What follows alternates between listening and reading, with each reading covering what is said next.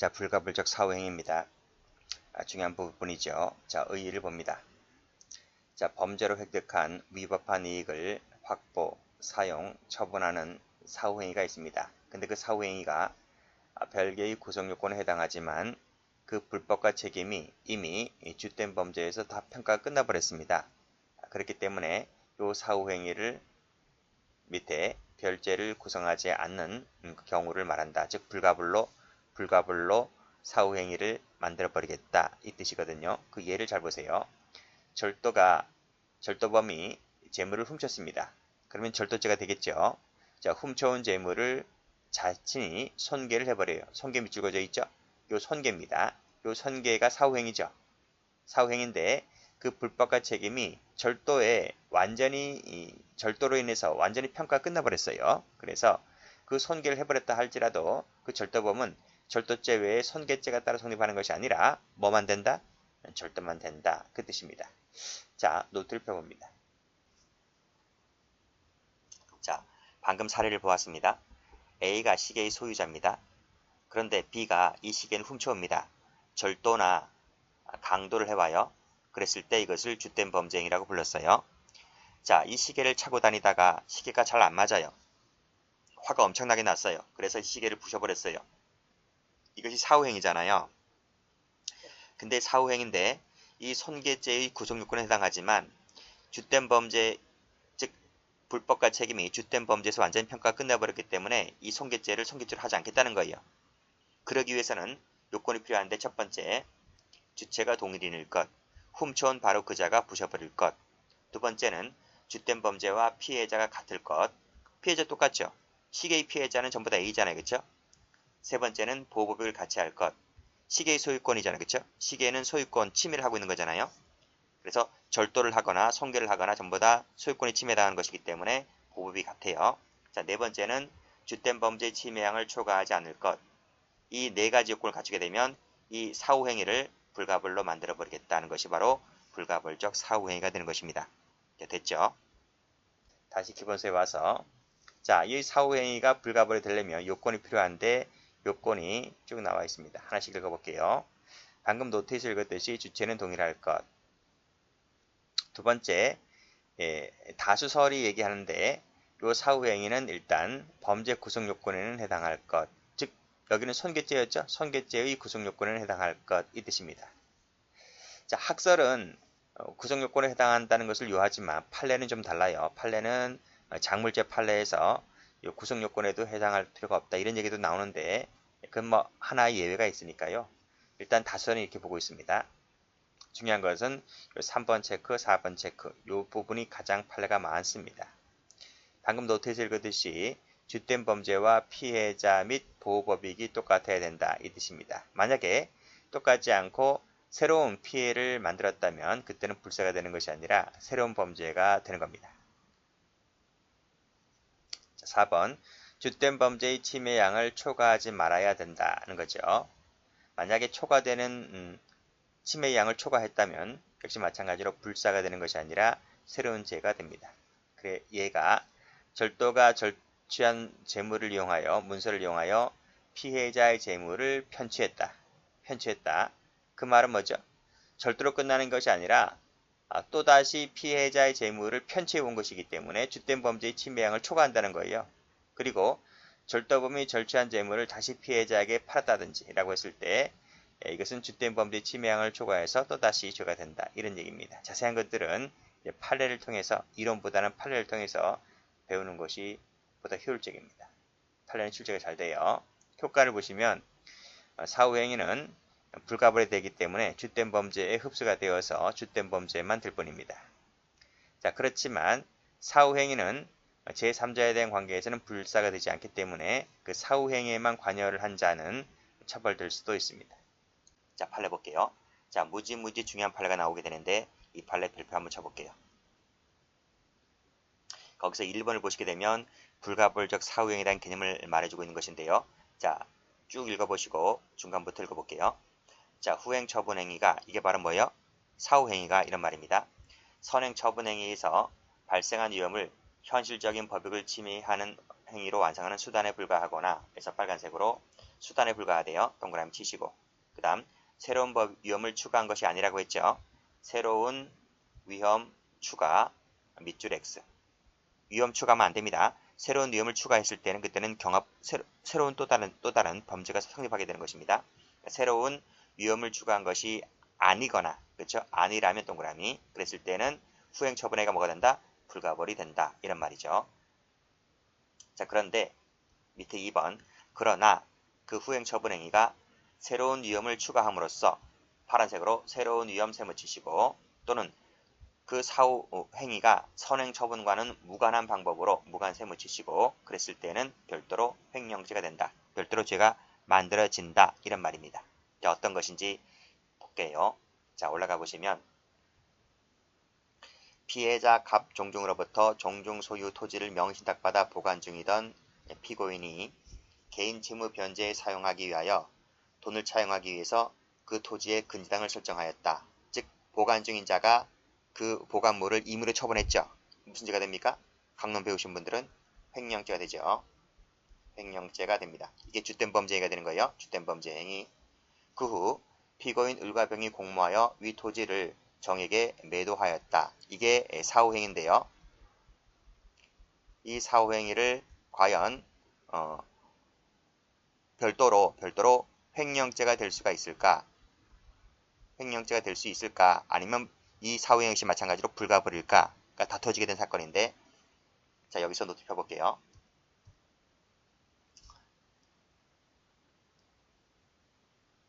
여기죠. 노트 83페이지 3번을 볼게요. 3번 체크하시고. 자, 보면 A가 토지 소유자입니다. A가 B에게 이 토지를 보관 의뢰했어요. 위탁관계를 설정했다는 거예요. 그러니까 B가 알았대요. 그래서 자기 명의를 빌려줍니다. 그래서 B 명의로 이 토지를 보관하는 사람인데요. 그러니까 이 토지는 누구 명의로 되어 있어요? B 명의로 되어 있는 거예요. B 명의로 지금 이 토지가 소유자로 바뀌어져 있는 겁니다. 그럼 이 사람이 보관자가 될 텐데, 수탁자가 보관자가 될 텐데, 이 사람이 그 토지가 자기 명의로 되어 있다는 것을 이용하여 은행에 가서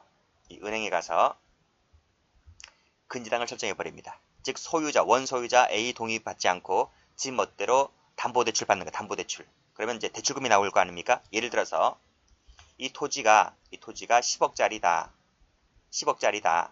근데 은행에서 담보권을 설정해서 근저당을 설정해서 대출 받잖아요. 그러면 대출이 한 50% 나올 겁니다. 많이 줘야 50%예요.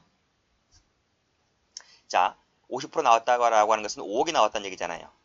그쵸? 자, 그러면 이 대출금을 갚지 못하면 이 토지는 경매로 넘어가게 되는 거예요. 그래서 B가 A 동의받지 않고 담보대출 받는 순간 이 죄는 횡령이 돼버려요. 횡령죄는 위헌범이기 때문에 나중에 돈을 갚아서 근저당 설정을 해제를 했다 할지라도 횡령죄가 무죄가 되는 것이 아니라 대출을 받아버리는 순간 위험이 발생했으므로 그 즉시 횡령죄는 기수가 돼버립니다. 그쵸? 자, 근데 근데 여전히 명의는 자기 명의로 돼 있어요. 자기 명의로 돼 있는데 이 보관자인 B가 D와 공모를 하여 또다시 D 앞으로 2순위 근저당을 설정을 할 수도 있잖아요. 왜 50%밖에 대출이 안 되니까 나머지 50% 남아있잖아요. 그래서 D에게 많은 액수는 아니지만 또다시 근저당을 설정해 버렸다. 아니면 D에게 아예 돈을 받고 팔아버렸다. 매도를 해버렸다고 하게 되면 이것이 사후행위가 되는 것인데 이 사후행위가 불가벌이냐 아니냐 이런 말이 불가벌입니까 아닙니까? 여기서 뭐라고 했습니까? 자, 불가벌이 되려면 요건 4가지를 갖춰야 된다 그랬어요. 일단은 주체가 동일일 것. 동일은 맞죠? 그쵸? 자, B가 C에게 담보대출 받고 바로 그자가 바로 D에게 저당권을 설정하거나 매도를 했기 때문에 바로 그자가 한 행위는 맞습니다. 그래서 1번 요건 갖췄단 말이에요. 2번 요건도 갖췄어요. 갖췄는데 지금 보면 4번을 잘 보셔야 돼요. 4번. 주된 범죄의 침해양을 초과하지 말을 것 그랬잖아요. 근데 첫 번째 주된 범죄의 횡령 행위를 할 때 담보대출이 예를 들면 50%라고 하게 되면 나머지 50%가 남아있잖아요. 그러면 이 D에게 또다시 저당권 설정해서 담보대출 받아올 때는 50%를 초과한 상태에서 담보대출 받아오는 거잖아요. 그러니까 뭐다? 이것은 새로운 법익을 침해한 것이다. 법익을 침해를 한 것이므로 그때는 이것은 별도로 횡령죄가 된다. 이런 말이. 매도를 하게 되면 소유권 넘어가는 것이기 때문에 찾아올 수가 없어요. 그래서 이 D는 죄를 몇 개를 저질렀다? 두 가지죠. 첫 번째, C에게 담보대출 받아서 대출한 거 횡령죄 하나. 그 다음 D란 사람에게 또다시 담보대출 받아오거나 D에게 매도했을 때 이것은 새로운 법을 침해한 것이므로 또다시 횡령죄 하나. 그래서 두 가지가 되고 경합범이 되어버립니다. 아시겠죠? 자, 판례 보시게 되면 그런 얘기가 쭉 나와주고 있어요. 1번의 횡령죄는 위헌범이다 이런 얘기 쭉 나와주고 있죠. 그쵸? 다음 페이지 한번 보겠습니다. 자, 2번을 볼게요. 타인의 부동산을 보관 중인 자가 영득의사를 가지고 그 부동산에 대해서 검은색을 들어보세요. 근저당권 설정 등기를 경로하였다고 하면 횡령죄는 기수가 되어버립니다. 그래서 이것은 뭐가 됐다? 횡령죄가 되었다. 이런 말이에요. 이것이 주된 범죄니까 주된 범죄 행위는 제가 검은색으로 밑줄었습니다. 그 후에 같은 부동산에 대해서 빨간색으로 별개로 근저당권을 설정하였다. 또 동그라미 치시고 또는 두 번째 해당 부동산을 매각하였다. 또 동그라미 치시고 이 두 가지 뭐가 됩니까? 별도로 횡령죄가 되는 것입니다. 됐죠? 그래서 색깔을 한번 칠해볼까요? 색깔 칠하세요. 별개로 근저당권 설정 색깔 칠하시고 해당 부동산을 매각시켰다. 이 색깔 칠하시고 이 색깔 칠한 거는 뭐예요? 색깔 칠한 것은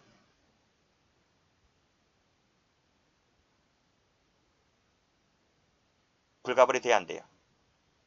불가불이 안 되는 거니까 이것은 파란색을 들어볼게요. 파란색을 들어서 제가 다시 한번 지우고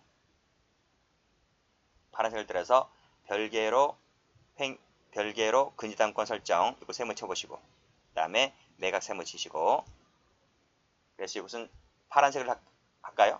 파란색을 한번 해볼게요. 별개로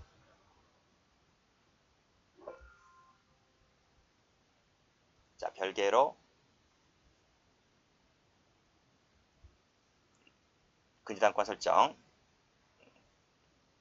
그쵸? 매각 세모 쳤고 이것은 불가벌이 되지 않는 것이기 때문에 세모 친 겁니다. 그 다음 다시 밑에 보면요. 피해자 갑 종중으로부터 종중 소유 토지를 명신탁받아 보관 중인 자가 밑에 근저당권 설정했죠? 여기 바로 뭡니까? 여기 횡령죄가 되는 것이에요. 이퀄 횡령죄가 된다. 그리고 그 후에 피고인 을과 병이 공모하여 위 토지를 정에게 매도했을 때 파란색으로 이 매도 세무 쳐보시고 여기 바로 뭡니까? 별도로 횡령죄가 된다. 다시 한번 색깔 칠하면 색깔 칠하시고 그래서 세무 친 거 있죠? 세무 친 것은 불가벌이 되지 않기 때문에 세무 친 겁니다. 다시 앞으로 가서 여기도 새로운 위험 색깔 칠하시고 그 다음 밑에 무관 색깔 칠하시고 이것은 불가벌이 안 된다. 그러나 앞으로 위에 올라가서 수단 색깔 칠하시고 빨간색으로 그 밑에 새로운 위험을 추가한 것이 아니라면 색깔 칠하시고 이 두 가지는 불가벌이다. 이렇게 표시하겠습니다. 됐죠? 자 그러면 이 판례가 전원합의체 판결이에요. 그 판례가 전원합의체 판결로 되어 있죠? 그렇죠? 그래서 판례를 바꾼 것인데요. 자, 그 다음 페이지 가보시게 되면 여기 요 폐기된 판례를 잘 받으셔야 됩니다. 그러니까 제가 예전에 공부할 때는 이것들이 전부 다 횡령죄가 되지 않는다 그랬거든요. 그러니까 불가불로 보았던 것인데 전부 다 폐기가 됐습니다. 지금은. 그래서 지금 이 판례들은 전부 다 뭐다? 이 판례들은 전부 다 폐기가 되었다. 하는 것을 참고로 봐두시고 그래서 오늘날은 시험 나오지 않을 거예요. 만약 이것이 불가벌 사후행위가 인정되었다고 하면 다 틀리게 되는 판례들입니다. 그러니까 예전에는 이 판례들이 무지 출제가 많이 되었었어요. 근데 요즘은 이렇게 나오면 틀립니다. 자, 그러면 불가벌적 사후행위를 인정한 판례 볼게요. 일단 주된 범죄 행위일 때는 검은색으로 밑줄 그어볼까요? 횡령 밑줄 그으시고 이게 주된 범죄 행위입니다. 자, 됐죠? 자, 횡령행위가 완료된 후에 이루어진 횡령물의 처분행위가 밑에 그 횡령행위에서 평가되어 버린 것으로 볼 수 있는 범위 내의 것이라면 빨간색으로 범위 내 동그라미. 주된 범죄행위 침해 법익을 침해하지 않았다는 거죠. 그랬을 때는 이것이 범위 내의 것이기 때문에 불가벌이다 이런 말입니다. 그래서 동그라미 쳤으면 다시 한번 같은 색깔로 색깔칠하세요. 이렇게 해두셔야지 마지막에 정리할 때 편합니다. 다시 2번 가볼게요. 2번 판례 별표 쳐보시고, 자, 미등기 건물이죠. 미등기 건물을 보관하고 있던 자가 그 자신의 명의로 보존 등기를 해버립니다. 그러면 이 보존 등기를 해버리게 되면 뭐가 되는 거죠? 횡령이 되는 거죠. 이퀄 횡령이 되는 거예요. 자, 그 동시에라고 했다는 말은 자기 앞으로 명의를 바꾼 다음에 자기 명의로 돼 있죠. 그리고 나서 은행에 가서 저당권을 설정해 버리는 거예요. 이것도 뭐가 됩니까? 이것도 이제 횡령이 되는 거죠. 그러니까 이것이 바로 주된 범죄가 되는 겁니다. 즉 자기 앞으로 등기를 마치거나 또는 마침과 동시에 저당권을 설정해 버리게 되면 이것이 주된 범죄가 되면서 횡령죄가 됩니다. 자, 그 후에 횡령죄가 끝난 후에 빨간색으로 또다시 근저당권을 설정해 버리게 되면 이것은 새로운 법익이 침해되지 않죠. 그렇죠? 이건 자기 소유로 앞으로 돼 있었잖아요. 그렇죠? 새로운 법을 침해하지 않기 때문에 별도로 횡령죄가 되지를 않는다는 것입니다. 그래서 이 판례랑 앞에 있던 이 판례랑 비교하셔야 됩니다. 이 3번이랑 비교하셔야 돼요. 이것은 미등기 때문에 가능한 거예요. 그래서 여기 색깔 다시 한번 칠하시고, 이 부분은 미등기 같은 경우에는 근저당 설정은 불가벌이다 이런 말입니다. 자, 그 다음 3번 볼게요. 공동상속인 중 1인이 보관 중에 다른 상속인들부터 매도 후 분배하자 이렇게 요구받고서도 반환을 거부하게 되면 이거 뭐가 됩니까? 횡령이 돼버리죠. 옆에 나와야지. 횡령이 돼버립니다. 그 후에 즉 횡령죄가 된 이후에 다시 제3자 앞으로 근저당권을 설정해버렸다. 역시 마찬가지로 이 빨간색으로 이 부분은 불가벌이 돼버립니다. 왜 그럴까요? 반환 거부했잖아요. 반환 거부한 것이 자기 소유가 됐다는 거예요. 자기 소유가 됐다는 거예요. 소유가 돼버려서 이것은 자기 명의로 되어 있기 때문에 또다시 제3자 앞으로 저당권을 설정했다 하더라도 이 형제들, 다른 상속인들에 대한 새로운 법익 침해가 없습니다. 없기 때문에 이 부분은 별도로 횡령죄가 되지 않는 겁니다. 그래서 이 2번하고 3번 묶어보시고 이것도 별표. 됐죠? 이 부분도 색깔 칠하세요. 공동상속인 판례 같은 경우에 제3자 앞으로 저당권 설정한 것은 이것은 불가벌이다 이런 말입니다. 이 두 가지 판례 잘 봐두시고 그 다음 4번 볼게요. 피고인이 명의신탁받아 보관 중이던 토지를 임의로 매각하였다. 이게 횡령죄가 되는 거죠.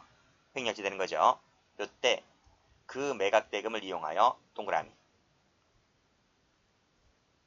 토지를 샀어요.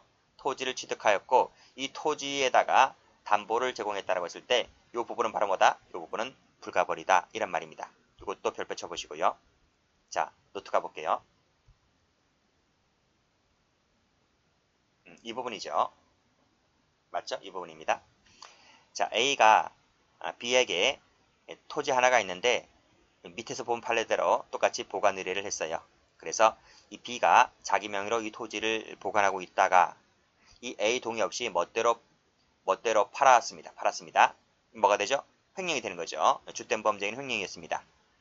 자, 토지를 팔았기 때문에 돈이 생겼잖아요. 그 돈으로 밑에 2번에 D로부터 토지를 샀어요. 토지를 구입을 하고 자기 앞으로 이전 등기를 마쳤습니다. 그 판 돈으로 무슨 말인지 알죠? 그 판 돈으로 토지를 사서 이 토지에다가 담보를 설정해서 은행에 가서 담보 설정하고 대출받았단 말입니다. 이 부분이 별도로 횡령이 될 것인가? 횡령이 안 돼요. 왜냐하면 새로운 법익 침해가 없기 때문에. 새로운 법익 침해는 B가 이 A라는 사람의 토지를 보관하고 있다가 이 지멋대로 C에게 토지를 팔아먹고 돈을 받은 이 자체에서 A 소유권 침해 끝난 거예요.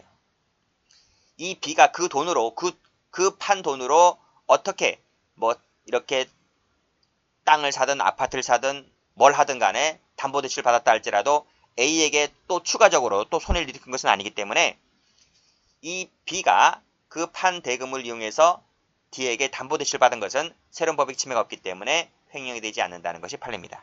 아시겠죠? 다시 한번 볼까요? 피고인이 명의신탁받아 보관 중이던 토지를 제3자에게 매각하는 순간 횡령된 거예요. 그 팔아먹은 돈을 이용해서 다른 토지를 샀다가 이를 제3자 은행에 가서 담보를 제공했다 하더라도 원 소유자의 새로운 법익 침해는 없죠.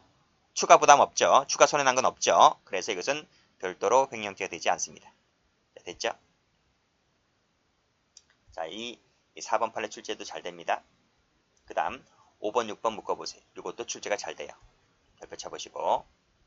자, 절도범이 작물 보관 의뢰를 받은 자가 그 정을 알면서 이를 보관하고 있다가 여기까지가 뭐가 돼요? 작물 보관죄가 돼요. 작물 보관죄가 되는 거예요. 그리고 밑에 6번도 피고인이 업무상 과실로 작물을 보관하고 있다가 보관 밑줄 그으시고 이거 뭐가 되는 거예요? 업무상 과실 작물 보관죄가 되는 거예요. 좀 밑줄 그은 것이 바로 뭡니까? 주된 범죄가 되는 거예요.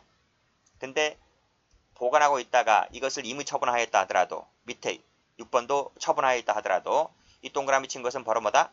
불가벌이 된다. 이런 말입니다. 왜 그럴까요? 자, 다시 노트 펴볼게요. 노트 1번 나와 있죠? 1번 체크 한번 해보고. 자, A가 소유자고요. B가 절도인데 B가 A의 물건을 훔쳐왔습니다. 절도를 했다는 겁니다. 훔쳐온 물건을 C에게 만나서 야, 내가 저 훔쳐온 물건이 하나 있는데 너 좀 보관하고 있을래? 라고 이렇게 보관 의뢰를 하니까 C가 알았대요. C가 알았대요. 그래서 C가 보관을 해줍니다. 보관해주니까 이것이 뭐가 되죠? 작물 보관죄가 되죠. 고의이면 작물 보관죄가 되고 과실이면 업무상 과실 작물 보관죄가 되는 겁니다. 근데 이 사람이 보관하고 있다가 B의 동의를 받지 않고 이 물건을 멋대로 처분했다 하더라도 처분한 것이 별도로 횡령죄 됩니까? 횡령죄 됩니까? 횡령죄가 안 돼요. 왜요? 새로운 법익 침해가 없잖아요.